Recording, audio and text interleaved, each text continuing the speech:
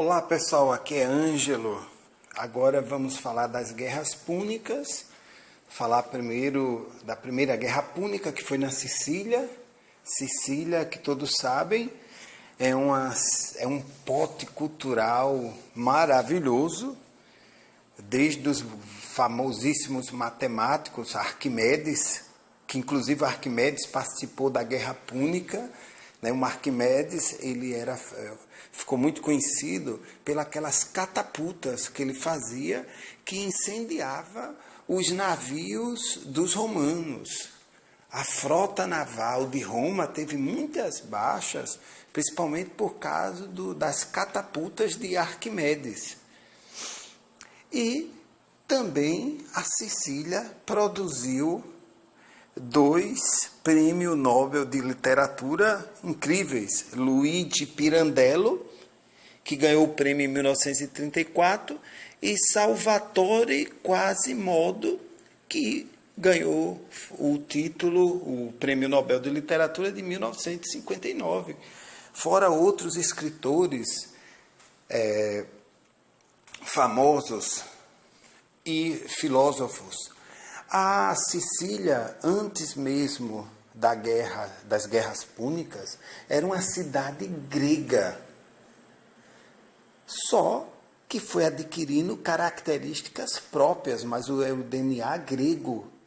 Ainda hoje existem os siciliotes, que são sicilianos provindo dos gregos. Roma se tornou, teve aqueles pórticos, aquelas colunas maravilhosas. Roma adquiriu toda essa técnica arquitetônica com os gregos da Sicília. A Guerra Púnica, ela foi devido à posição extremamente estratégica da Sicília. Na época, os fenícios dominavam a rota do Mediterrâneo. Pra você ter uma ideia, a Sicília fica a 160 quilômetros da Tunísia, que na época era Cartago, a poderosíssima colônia fenícia.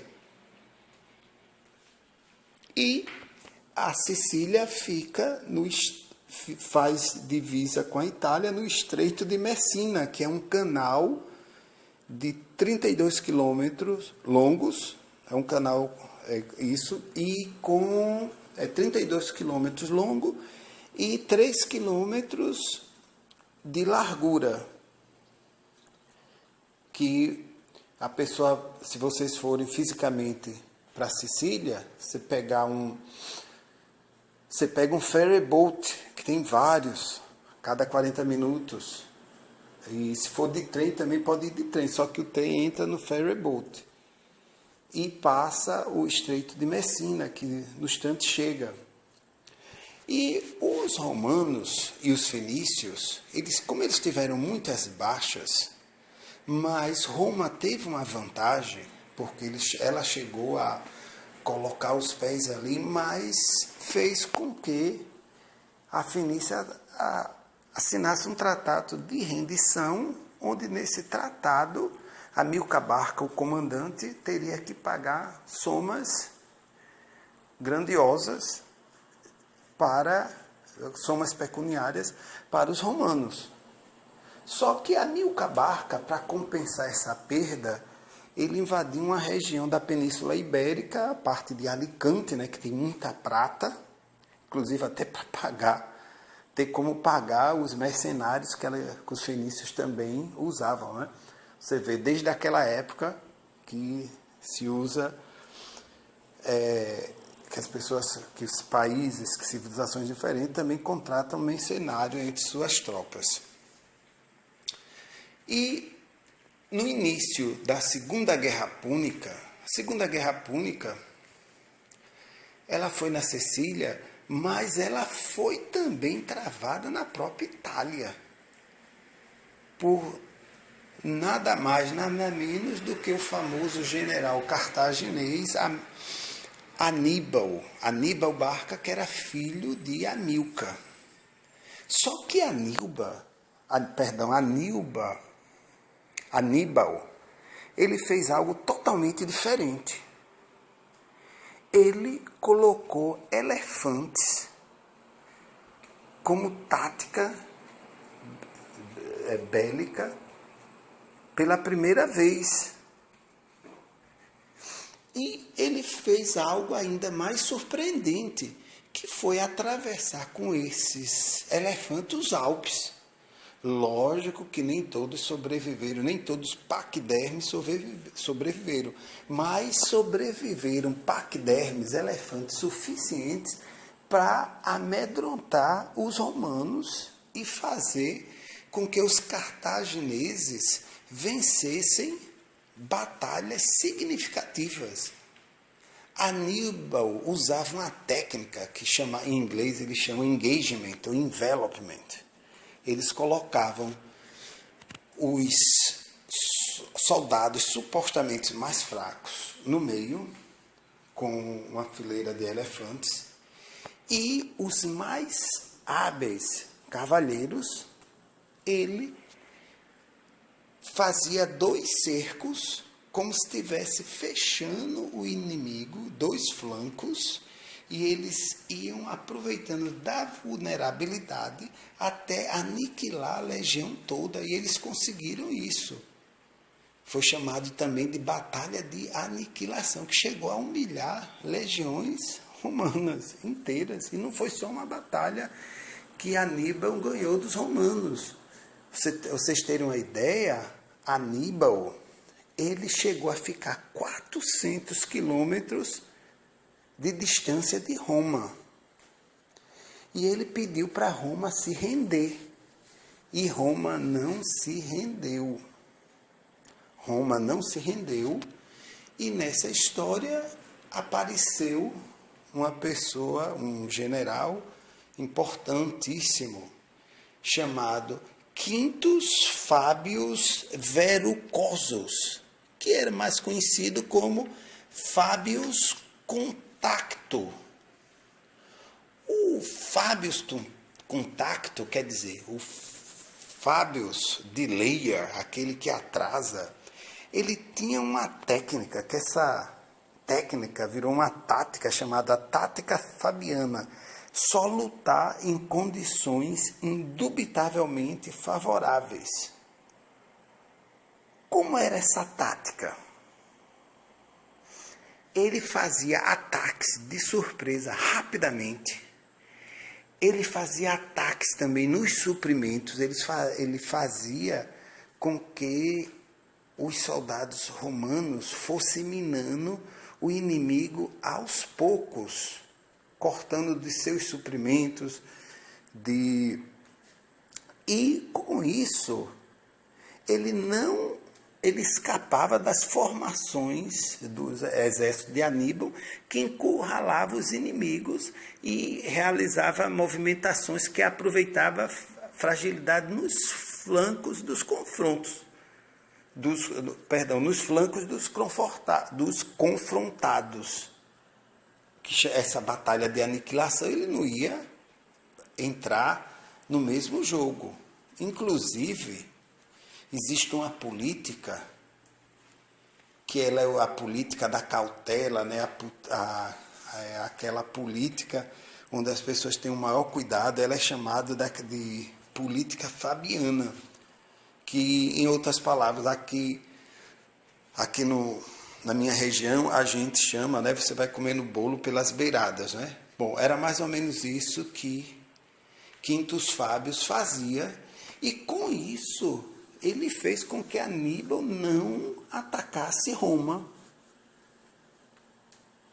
E os romanos não enfrentaram Aníbal em Roma.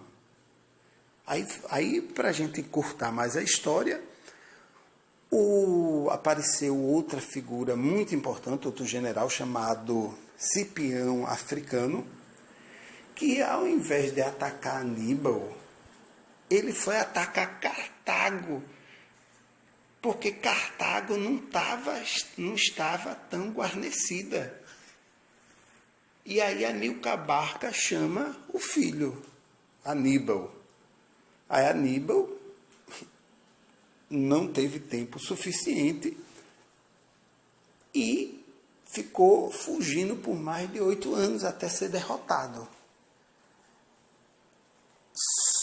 Só que a Guerra Púnica ela não terminou aí. Nós ainda temos a Terceira Guerra Púnica, que depois de Cipião Africano ter ganho essa Segunda Guerra Púnica, a Terceira Guerra Púnica, ela realmente, alguns historiadores dizem que ela não precisava ter acontecido. Ela não precisava, simplesmente os romanos, a Fenícia, os fenícios, eles tinham uma capacidade de recuperação assim incrível, insuperável, que mesmo depois de ter perdido 2 guerras, a Fenícia, Cartago estava prosperando, eles estavam se recuperando. E no Senado romano tinha um senador chamado Catão, Catão o Velho, porque tem Catão mais jovem, né, depois filho dele, como tem Cipião Africano, né, o pai, o velho e o filho. Catão sempre terminava a sua fala dizendo em latim: Cartago delenda est. Cartago deve ser destruída. E o que aconteceu com Cartago? Eles fizeram um pouco do Quintus Fábius, ou Fábius, o estratagema fabiano. Eles sitiaram Cartago por quase 3 anos, que quando Cipião Africano, o filho, chegou em Cartago com as suas legiões romanas, Cartago, eles praticamente acabaram com o povo famélico. E alguns historiadores falam que eles chegaram a salgar mesmo para nada crescer mais ali. E foi praticamente dizimado o exército cartaginês, toda a cidade, o povo, e depois começou a se tornar romana, porque os romanos tornou uma província romana, que era a Tunísia, que hoje é a Tunísia. Na época era Cartago. Um abraço fraterno a todos, eu espero que tenham gostado. Desculpe, o áudio está um pouco longo. Tentei falar um pouco das 3 guerras púnicas, para vocês terem uma ideia. E eu gostaria de dizer os meus grupos, nós temos 2 grupos, né, de latim. Eu queria até dizer às pessoas que estão no grupo que é normal não ter uma quantidade grande, porque às vezes nas faculdades, em outros locais, não existe aquela procura tão grande. Imagine no WhatsApp. Então vocês já são heróis de estar num grupo onde as pessoas têm interesse por cultura clássica e latim, entendeu? Eu vou corrigir os exercícios e eu posso dar o feedback. Vocês podem mandar o exercício para eu corrigir no privado, eu passo para vocês. Eu falo para não colocar no grupo, porque como aí fica repetitivo, e às vezes enche muito assim o grupo, mas aí eu acho que prefiro corrigir o exercício de vocês no privado, tá bom? Vocês mandam o exercício, eu retorno. Um abraço fraterno, tchau. E as próximas aulas eu vou falar dos aspectos culturais, eu vou falar um pouco rapidamente dos 7 reis de Roma, tá ok? E depois vou falar um pouco da República Romana, de onde eles começaram a produzir as leis romanas, tá bom?